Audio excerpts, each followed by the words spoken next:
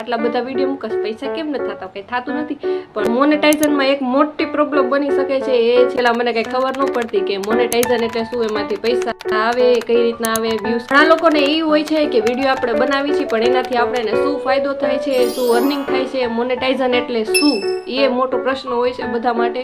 YouTubers છે એના માટે બહુ જ સ્પેશિયલ રહેવાનું છે. Hi guys, welcome back to my YouTube channel અને હું છું મિસ નેહા. સો આ વિડીયો બહુ જ સ્પેશિયલ રહેવાનો છે, ખાસ કરીને જે લોકો નવા યુટ્યુબર્સ છે એના માટે બહુ જ સ્પેશિયલ રહેવાનું છે. તો વિડીયો જોતા રહેજો. તો ઘણા લોકોને એ હોય છે કે વિડીયો આપણે બનાવી છીએ પણ એનાથી આપણે શું ફાયદો થાય છે, શું અર્નિંગ થાય છે, મોનેટાઇઝન એટલે શું, એ મોટો પ્રશ્ન હોય છે બધા માટે. અને કેટલા લોકોને મારી જેમાં રૂઈ પેલા મને કઈ ખબર ન પડતી કે મોનેટાઇઝન એટલે શું, એમાંથી પૈસા આવે, કઈ રીતના આવે, વ્યૂઝ રીતના આવે ને કઈ રીતના શું છે, એ બધું આ વિડીયોમાં તમને જોવા મળશે. તો મોનેટાઇઝનમાં એક મોટી પ્રોબ્લેમ બની શકે છે એ છે કે આપણે કોપીરાઇટ, ગમે મ્યુઝિક આપણે નાખી દેતા હોય, એમડમ રેન્ડમ વિડીયો ગમે આપણે નાખી દઈએ એમાં આપણે કોપીરાઇટ વગરના મ્યુઝિક, કોપીરાઇટ વાળા આપણે મ્યુઝિક આપણે કોપીરાઇટ લખેલું આવે છે, એમાં બહુ જ પ્રોબ્લેમ થાય છે આપણે મોનેટાઇઝન કરવામાં આગળ જઈને. તો ખાસ કરીને એ ધ્યાન રાખજો. આપણે યુટ્યુબમાં શોર્ટ કે મૂકતા હોય એમાં આપણે ડાયરેક્ટ આપણે યુટ્યુબ ગેલેરી, યુટ્યુબમાંથી આપણે ડાયરેક્ટ જે સોંગ મૂકતા હોય છે ને એમાં આપણે કોપીરાઇટ ન આવે ને આપણે બહારના એમડમ આપણે સોંગ ગમે મૂકી દઈએ તો એમાં આપણે કોપીરાઇટ આવી શકે. તો એ ખાસ કરીને ધ્યાન રાખવું જે નવા યુટ્યુબર્સ હોય મારી જેમ.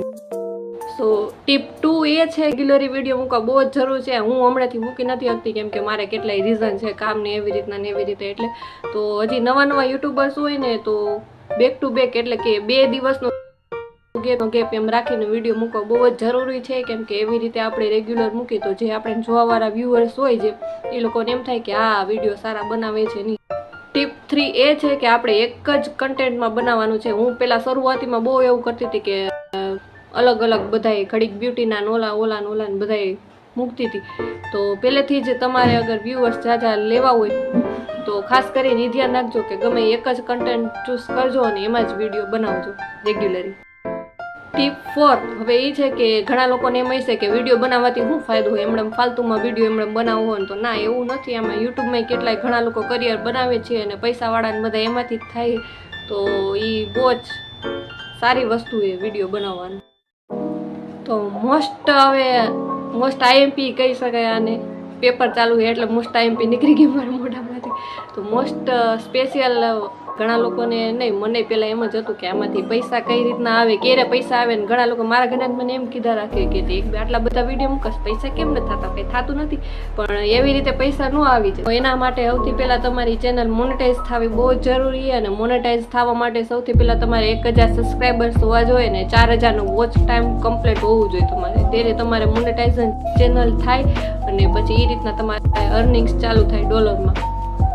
તો એ રીતના છે. એટલે ડાયરેક્ટ તમારે આગળની પહેલાં મહેનત કરવી પડશે પણ જેમ તમારે સબસ્ક્રાઈબર્સને એમ થઈ જાય ને પછી સ્મૂથલી થઈ જાય. એટલે જે લોકો કરિયર બનાવતા હોય તો એમાં મહેનત થોડીક લાગશે જ. કેમ કે અત્યારે બહુ જ બધા યુટ્યુબર્સ છે જ જે લોકો વિડીયો બધાય બનાવે. તો નવા યુટ્યુબર માટે સ્ટ્રગલ તો હોઈ શકે કેમ કે સ્ટ્રગલ તો હું અત્યારે કરું છું તોય તમને અહીંયા ભાષણ શિક્ષા દેવા આવી ગયું. સો વિડીયો આટલો જોજો. વિડીયો ગમે તો લાઈક કરજો, શેર કરજો અને સબસ્ક્રાઇબ કરી દેજો. બાય.